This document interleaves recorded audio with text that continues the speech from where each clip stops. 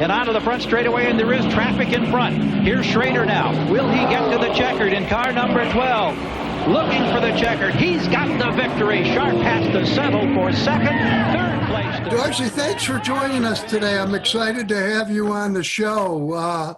First and foremost, how are you feeling? Any issues with COVID-19 or other than boredom? Are you feeling okay? Family okay? What's going on with you?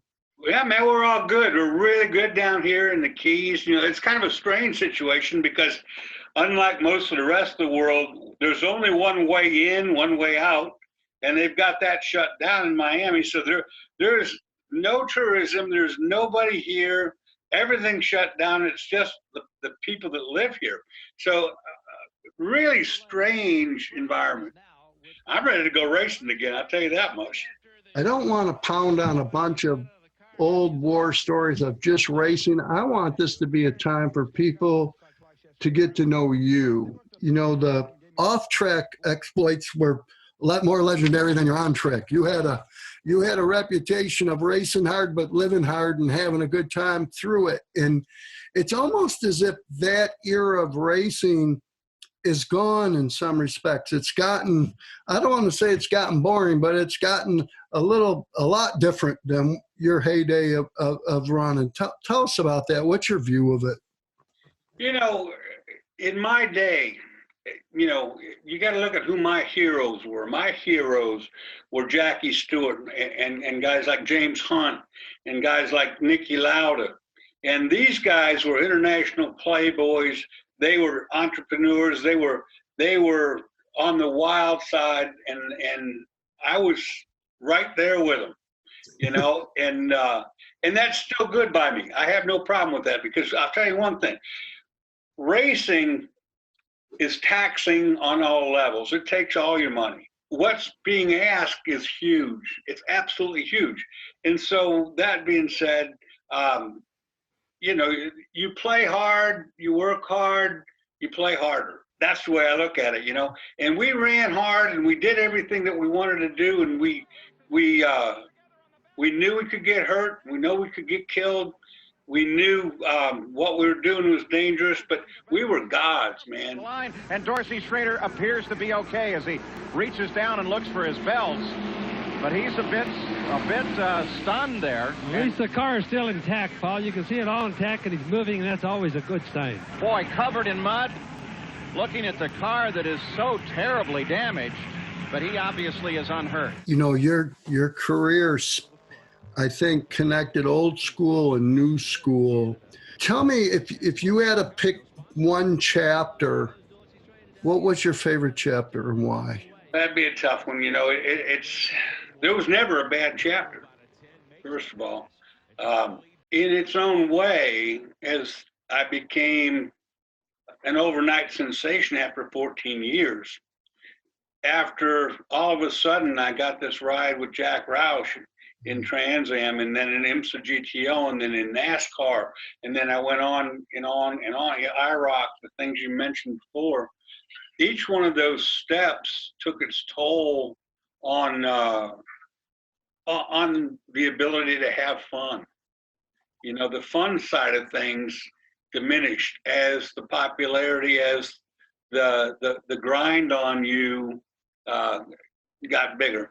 The money got bigger. That's good, but you know, it was much, much harder. So the early days, and in a lot of ways, this is where vintage racing fits right in, because vintage racing were the early days for me. Those are not vintage cars that we're racing. Those were my cars, right? I mean, those are the cars I grew up with. I don't consider that vintage, but right. They're kind of old. But, you know, as you got more famous, as you got more sponsors, money, all of those things became less important, and what did become important was your presence. You know, you've raced in our V-Rock series. You've raced at VIR in that series. You raced at Atlanta last year. And is it still fun to get behind the wheel and something like that, or is it more of a... This is a strange deal. VIR has been around a long time, just like me, but during the course of my tenure of driving, VIR was closed for the most part, so I never got to drive it. I heard of it, and everybody told me how cool a place it was at VIR. Not only was I meeting a guy I didn't know to drive his car, which was a beautiful car, and on a track I'd never driven before, in a half-hour race against some of the best guys that ever were.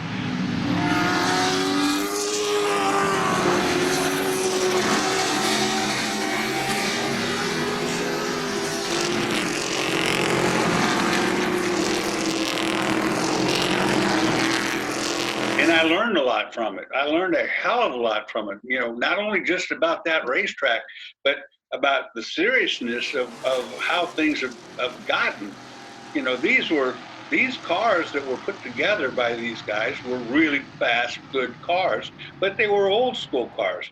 You know, they were fast as hell, but they didn't have many brakes.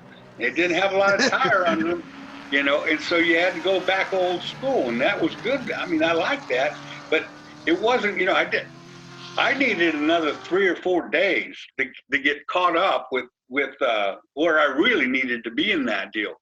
However, when we went to Road Atlanta, you know, and I've never driven a Cobra in my life, you know, a real Cobra, an AC Cobra, and I meet a guy, and you know, it's his street car. He bought it just practically new. He drove it on the street, and his buddies told him when he was 70 he needed to be a race car driver and drive the dang thing on a racetrack. That was stupid, but he did it.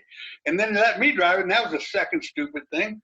And I never had more fun in my life, because I do know Road Atlanta, and I got into the damnedest race you ever saw in your life. And I know you watched it. I saw you afterwards. It was a war. It was a war amongst 4 or 5 cars. And the neatest thing about that deal is that, you know, the amateur guy, the guy that owns the car, starts the car. He runs the car. You jump in the car, up you go, and you enter the race somewhere in the middle. You don't know where everybody else is, and you sure in the hell don't know who's driving what, unless you catch up with them to see it on the name on the windshield. Who am I racing here? Well, I was racing Greg Biffle. I was racing Jeff Brown. I was racing, you know, it was awesome. I didn't know who it was yet, but we got into a war that was the most, you couldn't slap the smile off my face. I swear to God, I never had more fun in my life. And here's the good deal: as old guys go, those races are only half hour, 45 minutes long. My tongue was hanging on the ground, sweating. You know, I was wore out, but you could not slap the smile off my face. And it was Jeff Brabham, a guy I used to race with all the time, even though we were in different classes, that I'd been racing with, and Biffle. And the funny thing about that Cobra, my arms are too big, my shoulders are too wide, and I couldn't get my left arm in the door. You know, so I had to put my arm out like this and drive like an Englishman would. I didn't know that was how an Englishman would drive, but this is what Biffle told me afterwards, because he was mad. He was mad. He said, "God, what a jerk you are." I said, "Why am I a jerk? What'd I do?" He says, "He comes screaming on up the hill, going between both of us. You know, we're all loose, and here you come up there with your arm out the window like it ain't no big deal." I said, "It wouldn't fit. It wouldn't come in the car. That's not I wasn't doing that." Goddamn, Tony, I'm telling you, that thing you got going is awesome. I mean, if there's a pitfall to it, we have to make sure that the pro drivers understand that there's somebody there with a lifelong investment in a car that might have been a car just like that one was at Cobra, that was a car from the street, and to hurt that car is wrong. From what I understand, you had a pretty special friendship with Paul Newman. And back in the day when you were and he was in the middle of it all, you guys kind of were drawn together. Tell us about that. Basically, some people thought it was intriguing because in Europe, kids could run, but in the United States, you had to be 21. And I was the first 18-year-old. Plus, I was kind of a hippie-looking guy, you know, big old long hair. And so the redneck guys like John McComb, who I loved to death, and, you know, they didn't really think that was a great idea, you know. But Newman was a guy who was pretty, neutral, middle of the road guy. And I was teaching his driving school, and he was running a Datsun 510. I had a 610. So Paul and he was a prankster to the 10th degree. And he would, if he liked you, he would mess. It's just like, it's like Earnhardt Sr. Both those guys. If they liked you, you had hell to pay, because they were going to mess with you. They were definitely going to mess with you, no doubt about it. So Paul Newman, we were at a place, a little bitty racetrack in Oklahoma, outside of Tulsa, called Hallett. Oh, sure. About a 1.5-mile track, little bitty old track. And he was running his Datsun 240Z, and I had my Datsun there. And we both had mechanical issues that day, I think. So his was getting worked on, mine was getting worked on. And he called me over to the trailer, and he was sponsored by Budweiser. And so we had, we used his product quite often. So at the end of that day, this is no lie, he had a sponsor, Pioneer Audio, Pioneer car stereos, and they had rented a bunch of these horrible Ford Fairmonts. If you remember what a Fairmont was, it was a low-end, terrible car. And he goes, "I'll bet you $1 I can beat you going around this racetrack backwards." And I said, "You mean driving it the wrong direction, or do you mean drive it in reverse?" He goes, "Drive it in reverse." I went, "No, you can't. No way." So off we go. Long story short, it took too long to go around the track backwards. So we decided that we'd modify the circuit, and we'd go up pit lane the wrong way, cut through this little grassy knoll, go down the front straightaway, make a U-turn, come across grassy knoll, and come back. And we had to do 3 laps. So he started, and he crashed on the second lap. He backed it in the wall pretty hard, pretty darn hard. Bad enough that we needed another car, but we had another car, so we went to the backup car. So then I wrecked that one, and I backed it into the wall, and it bent the exhaust pipe around the rear tire, and it pinched it so hard that it didn't have enough power to go anywhere. And so Paul takes the next turn, and we got to share the last car we got. So he beat me. So I ended up having to give him $1. And I wrote a check to him. We all went back to the hotel that night, just laughing our butt off. So I wrote a check to Paul Newman for $1 and not a damn cent more. That's how I wrote it out. And I put it on his trailer. He cashed it. And I got it in my scrapbook to this day. Honest God truth. He doesn't give autographs, but I got one. There you go. You were, I consider when you ran in Trans Am the last of the heyday. I think the key piece to give the series credibility. It's so funny because as a racer, you are a Chief Stewart's worst nightmare from you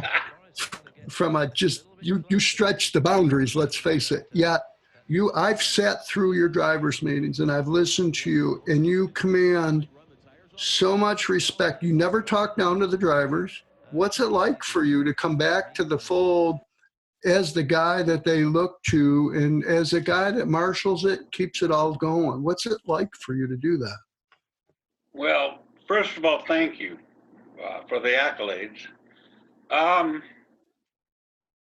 It's much harder than I would have ever thought. Much more goes into it than I would have ever considered. I never wanted to talk down to, and I agree with you 100%. I've had guys talk down to me in drivers' meeting. I've had, if you even do this, I'm going to do, well, they lost me right there. That's the end of that deal. You're not going to inspire me by insulting me, or you're not going to inspire me and make me go faster by yelling at me, and so that's always sat in my mind. Every driver's meeting, this is the hardest part, I think. Every driver's meeting I think about before I go to it, the next race coming up. This is going to be a hard one because we've had a big layoff again, and the momentum's broken. And so, but every driver's meeting, I think about the last one and the last race, and then how do I make that better than that race was? You mentioned Earnhardt earlier. You mentioned that you crossed a lot of different types of racing. When I talked to Willie had a top 5 that he just soon punch in the nose and talk to. Little Al only had 1. And you know what? He was lying. Yeah. And then he would admit to. Yeah. And do you have a top 5 at this point that you just, you've raced in an era where pushing and shoving was pretty common. And let's face it, if you wanted to, you could punt somebody off the track to make a move and probably get away with it. And is there guys that got under your skin or that you can share? Or that? If there were one particular guy that got under my skin without questions, Paul Gentilozzi. He did a couple things on the racetrack, and I don't need to even mention them, that pissed me off to the degree that I'll never forgive him, period. Everybody else pretty much, Kendall and I got after each other. Boris and I got after each other. Fellows and I got after each other. A lot of guys, but I don't care about that when you're when you're working as hard as you can work and you're doing the most you can do and you're going down to a win with a guy that's doing equal to you, and that stuff happens. And so at the time I'm mad. Yeah, I'll definitely want to go after you right then. But, a week later, no, because would anything change? Not if I wanted it my way, it wouldn't. Well, you have, you certainly put your thumbprint on the sport and continue to do that. To have you part of Trans Am, I know I speak on behalf of the drivers and ownership, and certainly John, you're just such a breath of fresh air in that paddock. It's awesome to have you on the team. What would you like for your mark on the sport? How do you want to be remembered? Yes, I would want to be remembered as the guy having fun, for sure. Because quite honestly, we all put so much into this sport, above and beyond our limitations sometimes. We push this envelope to the umpteenth degree. And as long as you're having fun and as long as you're laughing, you just continue to do such a thing. The day that it becomes anything lesser than that is when you got to walk away from it. The fun part is monstrous, and that's what it should be. It should be the most fun thing you could possibly ever do. It has been for me. Well, I can't thank you enough for today.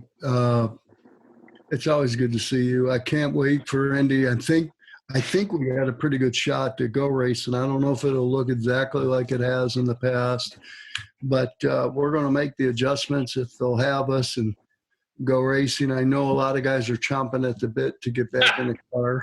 Yeah, that's for sure. But as I said, it's a privilege to always run with you. And thanks for doing this today. I really appreciate it.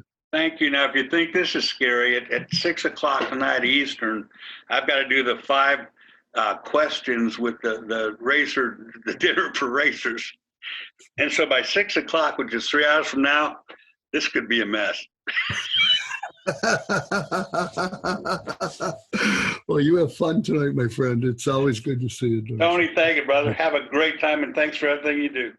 It's Dorsey's Pit Stop for incredible views and great new menu items. Dorsey's features real pit barbecue, brick oven pizza, and authentic Key West-style seafood. Get nightly prime rib specials, made-to-order breakfast on Saturday and Sunday. Dorsey's legendary happy hour weekdays from 3 to 6 p.m. and great live music on the weekends. Located 2 miles down Nichols Road or the 20.5-mile marker by water. Dorsey's is where you'll find the best price on the water for non-ethanol fuel. It's Dorsey's Pit Stop. Just smell what's cooking.